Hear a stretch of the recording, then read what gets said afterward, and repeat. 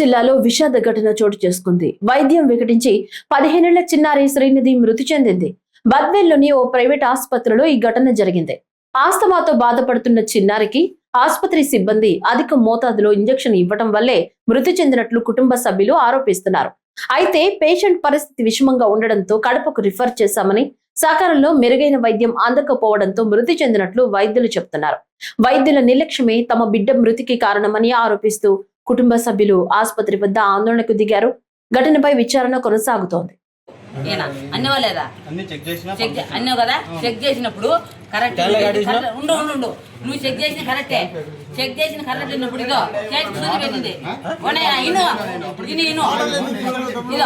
నువ్వు ముందు పండి, మీరు పండి ఆటోకి పండి, మీరు పండి ఆటోకి పండి ఆటోలోకి వచ్చి తీసినావు, మీరు పండి ఆటోకి. అప్పుడే నీ ముఖం చూసి నాకు అర్థమైంది, అప్పుడే నీ ముఖం చూసి నాకు అర్థమైంది, చెక్ చేసినప్పుడే నాకు అర్థమైంది. ఆటోలో తీయాల్సిన అవసరం ఉంది. మేము ఎందుకంటే అడిగినాం చూద్దీనైనా మీరు వాడిని ఆట మీరు వాడిని ఆట అవును పాస్ తీసుకుని వచ్చినాం. లేదు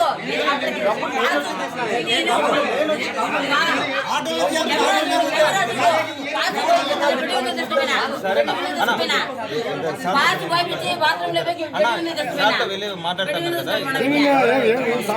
నేనే